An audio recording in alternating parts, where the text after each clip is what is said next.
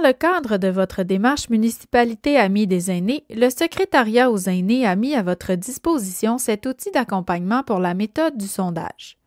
La méthode du sondage s'inscrit dans l'étape du diagnostic social de votre démarche MADA. Elle constitue un outil de consultation permettant de cibler les besoins des aînés. Cette série de webinaires est un complément de cet outil. Merci de vous joindre à nous pour cette deuxième série de webinaires concernant la méthode du sondage. Dans la première série, vous avez vu comment concevoir un sondage en ligne, alors que dans cette deuxième série, nous y faisons suite en voyant comment produire, analyser et interpréter les résultats d'un sondage.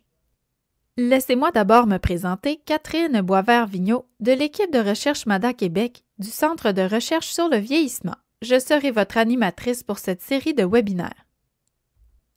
À la fin de cette série de webinaires, vous serez en mesure de produire un rapport intégrant les résultats des consultations sur les besoins des aînés, de présenter les résultats d'une façon claire et pertinente pour en dégager les besoins des aînés et de porter un regard critique sur les résultats de façon à faciliter l'interprétation des données.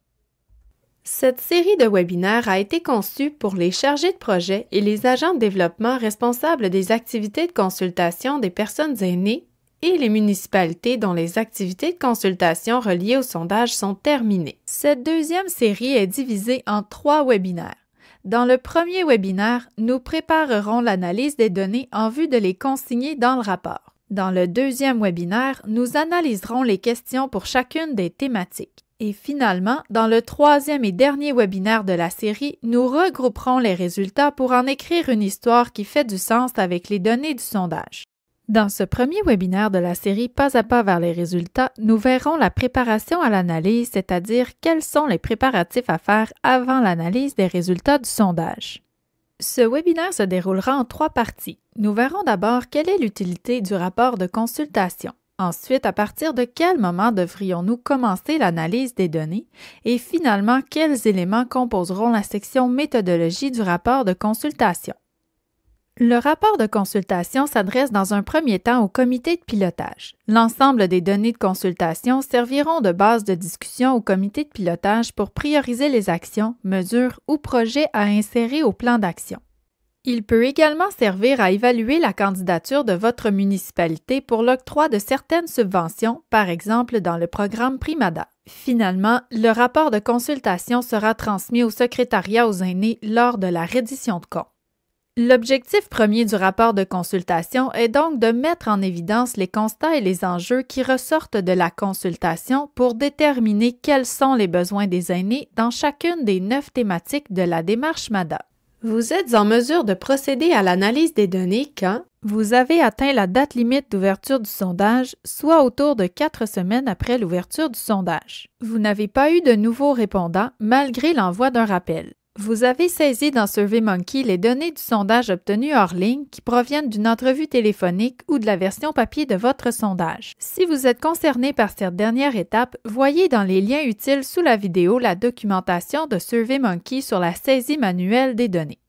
En conclusion, la principale condition pour débuter l'analyse, c'est que toutes les données soient dans votre sondage, c'est-à-dire que la collecte est terminée et que les réponses aux questions ont été entrées dans votre sondage. Plusieurs éléments sont à prendre en compte et à intégrer dans votre rapport de consultation en lien avec la méthode du sondage.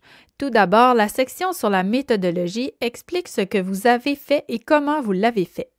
La section résultats de votre rapport se fera en 2 parties. La première est composée des résultats qui décrivent qui sont les répondants de votre sondage, tandis que la deuxième présente les résultats qui sont en lien avec les besoins des aînés. Finalement, il importe de terminer le rapport avec les forces et les faiblesses de votre sondage de façon à éclairer l'interprétation des données. Si vous avez utilisé d'autres méthodes de consultation, il pourrait être judicieux d'intégrer leurs résultats au rapport. Finalement, la dernière section pourrait servir à mettre votre sondage en annexe au rapport si vous le jugez pertinent. Dans le cadre de ce premier webinaire de la série, voyons de quoi sera composée la section méthodologie de votre rapport. Voici quelques pistes à explorer concernant la méthodologie du sondage.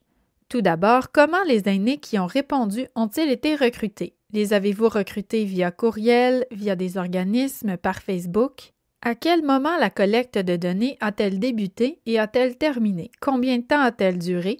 Vous pourriez aussi y inscrire combien d'aînés ont répondu au sondage, quelle thématique compose le sondage, combien de questions compose le sondage et combien d'entre elles sont des questions ouvertes, des questions fermées. Vous pourriez inscrire une phrase indiquant le temps en moyenne que les répondants ont pris pour répondre au sondage. Cette information est disponible dans SurveyMonkey. Nous verrons où la trouver dans le deuxième webinaire lorsque nous travaillerons dans la plateforme SurveyMonkey. Et finalement, une dernière question à vous poser. Désirez-vous mettre votre sondage en annexe du document? Le mettre en annexe peut aider à mieux documenter votre rapport, mais aussi à aider le comité de pilotage à contextualiser les questions. Dans les prochains webinaires de la série, nous nous attarderons à l'analyse des réponses du sondage. Nous ferons l'analyse directement dans la plateforme SurveyMonkey qui, avec l'abonnement payant, vous offre plusieurs options vous permettant d'optimiser votre analyse. Puisque nous n'aurons pas le temps d'approfondir toutes les options d'analyse disponibles, nous vous conseillons d'aller visionner la courte introduction faite par SurveyMonkey. Elle vous permettra de vous familiariser avec l'interface et de survoler l'inventaire des différentes fonctionnalités offertes avec votre abonnement payant de SurveyMonkey. Voyez dans les liens utiles sous la vidéo la courte capsule présentée par SurveyMonkey sur les fonctionnalités pour analyser les résultats de votre sondage. Pour en connaître davantage sur l'analyse des résultats d'un sondage, visionnez notre prochain webinaire de la série sur l'analyse des questions dans SurveyMonkey. Nous vous invitons à consulter les autres webinaires pour la méthode du sondage disponibles sur notre site Internet au www.madaquebec.com.